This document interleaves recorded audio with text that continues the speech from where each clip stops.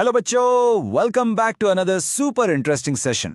मैं हूं आपकी गाइड, आपकी दीदी, और आज ना हम क्लास 10 बायोलॉजी का एक बहुत ही मजेदार और सुपर स्कोरिंग चैप्टर मास्टर करने वाले हैं। आज की इस फन बायोलॉजी क्लास में हम सीखेंगे कि आखिर लाइफ अर्थ पर कंटिन्यू कैसे रहती है। तो अपना फुल फोकस और हाई एनर्जी बचा के रखना, क्योंकि बोर्ड एग्जाम्स के लिए ये चैप्टर लिटरली गेम चेंजर है। दोस्तों, क्या आपने कभी सोचा है कि अगर दुनिया में बेबीज पैदा होना बंद हो जाएं तो क्या होगा? गायब, सब खत्म। आज इसी लाइफ की कंटिन्यूटी का राज खोलेंगे हम। Okay, let's dive into this. ये रहा आपका अल्टीमेट सिलेबस रोड मैप, जो इस सेशन में आपके बोर्ड एग्जाम्स के फुल मार्क्स कंफर्म करेगा। आज का एजेंडा है number 1, the blueprint of life. Number 2, asexual reproduction, solo acts. Number 3, plant magic, vegetative propagation. Number 4, sexual reproduction, the duet. और finally, number 5, reproductive health and safety. चलो, let's start. Section 1, the blueprint of life, unlocking the cell. अब देखो, बड़े बड़े organisms को समझने से पहले ना चलो डायरेक्टली सेल के अंदर चलते हैं। माइक्रो लेवल पर लाइफ एक्चुअली स्टार्ट कैसे होती है, ये समझना सबसे जरूरी है। सो सेल के अंदर सबसे इंपॉर्टेंट चीज क्या है? DNA, right? Now think of DNA copying just like a photocopy machine. जब एक सेल डिवाइड होने वाला होता है तो सबसे पहले उसको अपने जेनेटिक ब्लूप्रिंट की एक एग्जैक्ट कॉपी बनानी पड़ती है, बिल्कुल एक फोटोकॉपी की तरह, ताकि आने वाले न्यू सेल के पास भी वही सेम इंस्ट्रक्शंस हो। इस प्रोसेस को डीएनए कॉपिंग कहते हैं और ये इनहेरिटेंस का सबसे बेसिक, सबसे क्रूशियल स्टेप है। Now let's talk about variation. देखो, फोटोकॉपी मशीन कभी कभी हल्के फुल्के एरर्स कर देती है ना, थोड़ी इंक फैल गई या पेज थोड़ा टिल्ट हो गया। सिमिलरली डीएनए कॉपिंग का प्रोसेस परफेक्टली 100% एक्यूरेट नहीं होता। जो छोटे छोटे फोटोकॉपी एरर्स होते हैं ना, उनको हम वेरिएशंस कहते हैं। और बच्चों, आपको पता है ये एरर्स एक्चुअली पॉजिटिव और बेनिफिशियल होते हैं। इन्हीं वेरिएशंस की वजह से एक स्पीशीज बदलते हुए एनवायरनमेंट में सर्वाइव कर पाती है और आहिस्ता आहिस्ता इवॉल्व होती है। Section 2, asexual reproduction, solo acts. Blueprint समझ लिया? ग्रेट। अब आते हैं पहली मेजर कैटेगरी पर। इसको मैं सोलो एक्ट कहती हूं, क्योंकि यहां सिर्फ एक सिंगल पेरेंट की जरूरत होती है। नो गैमीड्स, नो डुएट। और जो नए ऑर्गेनिजम्स बनते हैं वो रैपिडली बनते हैं और बिल्कुल एग्जैक्ट क्लोन्स होते हैं। यहां सबसे पहले न्यूक्लियस डिवाइड होता है and then the cytoplasm follows. इसको याद रखने का एक सुपर सिंपल ट्रिक दूं। इमेजिन करो आपके पास एक सिंगल बड़ा सा लड्डू है। आपने उसको ठीक बीच में से तोड़कर 2 परफेक्टली इक्वल छोटे लड्डूज में स्प्लिट कर दिया। That is exactly what amoeba does. एक पेरेंट सेल डिवाइड होकर 2 आइडेंटिकल डॉटर सेल्स बनाता है। एकदम सिंपल और रैपिड। अब बाइनरी फिजन को जरा मल्टीपल फिजन के साथ कॉन्ट्रास्ट करते हैं। प्लाज्मोडियम के केस में 2 लड्डूज नहीं बन रहे हैं, एक प्रोटेक्टिव वॉल या सिस्ट के अंदर ही अंदर एक सिंगल न्यूक्लियस बार बार डिवाइड होता रहता है, और जब फेवरेबल कंडीशंस आती हैं तो ये सिस्ट बर्स्ट हो जाता है एंड बूम, एक साथ बहुत सारे डॉटर सेल्स बाहर निकल आते हैं। It's literally one cell simultaneously bursting into many. Moving on to another exciting solo act, budding in hydra.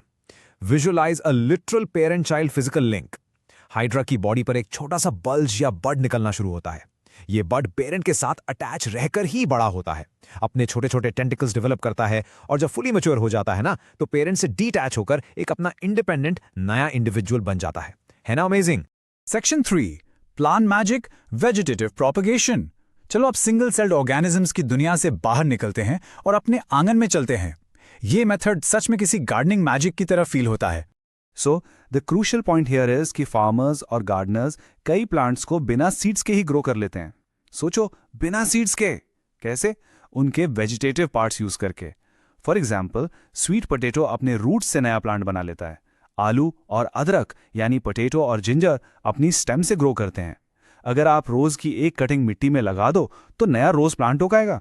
फिर लेयरिंग और ग्राफ्टिंग जैसे मेथड्स भी हैं जो मैंगो और जैस्मीन के लिए यूज होते हैं। ये फास्ट तो है ही, प्लस इससे जो फ्रूट मिलता है वो एग्जैक्टली पेरेंट प्लांट जैसा होता है। अब इस कॉन्सेप्ट पर थोड़ा स्पेशल ध्यान देना, क्योंकि ये एक ultimate board exam favourite topic है। इमेजिन करो एक ब्रायोफाइलम का पत्ता पेड़ से टूटकर थोड़ी सी गीली मिट्टी में गिर गया। उस पत्ते के एजेस पर यानी मार्जिन्स पर छोटे छोटे बड्स डेवलप होने लगते हैं। इन्हीं बड्स से पूरा का पूरा नया प्लांट रूट्स के साथ स्प्राउट हो जाता है। मतलब एक सिंपल लीफ ने पूरा प्लांट बना दिया। इसको डेफिनेटली याद रखना, यह पक्का एग्जाम में आएगा। Section 4, sexual reproduction, the duet. Okay, let's shift gears now. Solo acts और प्लांट मैजिक के बाद अब बारी है थोड़ी कॉम्प्लेक्स वर्ल्ड की। यहां से आते हैं वो फेमस फैमिली रिजेम्बलेंसेस जहां आप अपने पेरेंट्स से मिलते जुलते तो दिखते हैं पर उनकी एग्जैक्ट फोटोकॉपी बिल्कुल नहीं होते। Let's quickly compare these two. Asexual एक सोलो एक्ट था, क्लोन्स बनते थे और प्रोसेस फास्ट था। वहीं दूसरी तरफ सेक्सुअल रिप्रोडक्शन एक डुएट है जिसमें दो parents male and female involve होते हैं। इसमें टाइम भी ज़्यादा लगता है, ये कॉम्प्लेक्स भी है, पर सबसे बड़ी बात ये वेरिएशंस लाता है। ये कंपैरिजन पॉइंट आपके एग्जाम्स में आने वाला एक गारंटीड क्वेश्चन है, तो इन दोनों के बीच का डिफरेंस बिल्कुल क्रिस्टल क्लियर रखना दिमाग में। Let's trace this entire reproductive journey step by step. इसको अपने दिमाग में ना एक हाई क्वालिटी एनिमेशन की तरह प्ले करो। सबसे पहले होता है गैमीट फॉर्मेशन, मेल्स में स्पर्म या प्लांट्स में पॉलन और फीमेल्स में एग या ओव्यूल। फिर आता है main action moment, fertilisation. Just visualize a tiny pollen grain traveling all the way down to fuse with the ovule in the ovary. दोनों गैमीट्स के फ्यूज होने पर बनता है सिंगल सेल्ड जाइगोट, और यही जाइगोट आगे जाकर डिवाइड और ग्रो करके एम्ब्रियो बनाता है जो फाइनली एक कंप्लीटली न्यू ऑर्गेनिज्म बनेगा। यही स्टेप्स प्लांट्स और ह्यूमंस दोनों में लाइफ का बेसिक साइकिल हैं। Section 5, Reproductive Health and Safety. Now we are moving to the final, or frankly, one of the most crucial real-world applications of this chapter.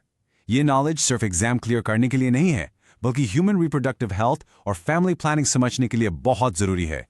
हमने अभी fertilisation का एक पूरा जर्नी देखा था ना।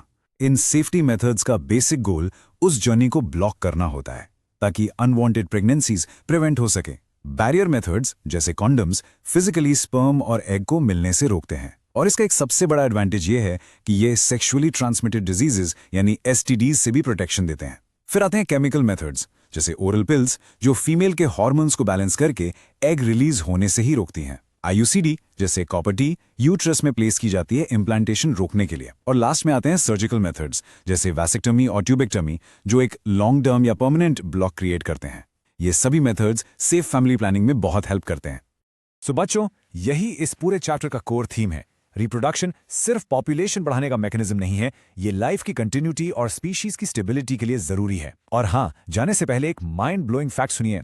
नेचर कितनी अजीब और अमेजिंग है देखो। एक प्रोसेस होता है पार्थेनोजेनेसिस, जिसमें कुछ लिजर्ड्स और इंसेक्ट्स बिना किसी मेल पार्टनर के ही रिप्रोड्यूस कर लेते हैं। आई नो राइट, उनको फर्टिलाइजेशन की जरूरत ही नहीं पड़ती। Biology is just full of such amazing surprises. मुझे उम्मीद है आज का ये सेशन आपको अच्छे से समझ आया होगा और सारे कॉन्सेप्ट्स क्रिस्टल क्लियर हो गए होंगे। कीप लर्निंग, कीप एक्सप्लोरिंग और बोर्ड एग्जाम्स में फोड़ के आना।